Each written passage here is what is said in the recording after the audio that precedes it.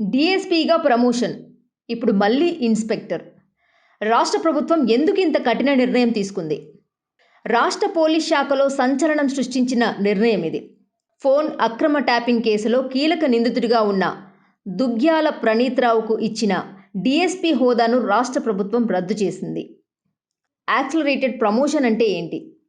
సాధారణంగా ఉగ్రవాద, తీవ్రవాద కార్యకలాపాల అణచివేతలో అసాధారణ ప్రతిభ చూపిన అధికారులకే ఇలాంటి పదోన్నతులు ఇస్తారు. కానీ 2007 ఎస్ఏ బ్యాచ్లో దాదాపు 300 మంది అధికారులు ఉన్నా ఒక్కరికి మాత్రమే డీఎస్పీగా పదోన్నతి ఎందుకు?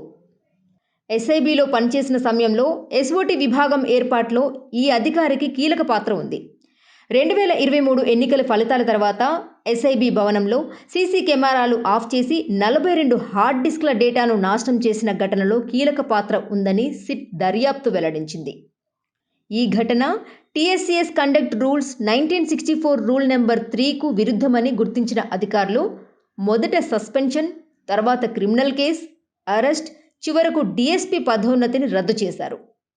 ఇది ఒక వ్యక్తిపై మాత్రమే చర్య కాదు, వ్యవస్థలో జరిగిన తప్పులకు బాధ్యత నిర్ధారణ చేసే ప్రయత్నం.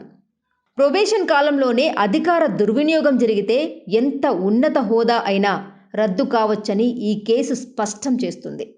పోలీస్ వ్యవస్థలో ప్రమోషన్లు నిజంగా ప్రతిభ ఆధారంగానేనా, లేదా అధికార దుర్వినియోగానికి బహుమతిగా మారుతున్నాయా? ఈ నిర్ణయం తర్వాతైనా యాక్సిలరేటెడ్ ప్రమోషన్పై పూర్తి సమీక్ష జరుగుతుందా? ఈ నిర్ణయం సరైనదేనా లేదా చాలా ఆలస్యంగా తీసుకున్న చర్యనా? మీ అభిప్రాయం కామెంట్ చేయండి.